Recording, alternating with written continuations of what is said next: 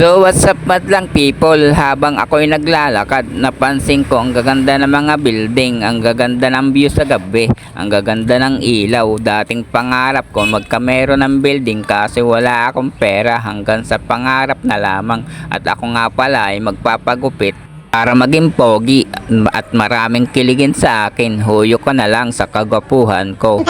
Aray mo, ay di wow, natapos na nga pala yung nauna sa aking gupitan at ako naman ang sinunod. O nakita mo na ang kagapuhan ko, kilig yan, ay di wow.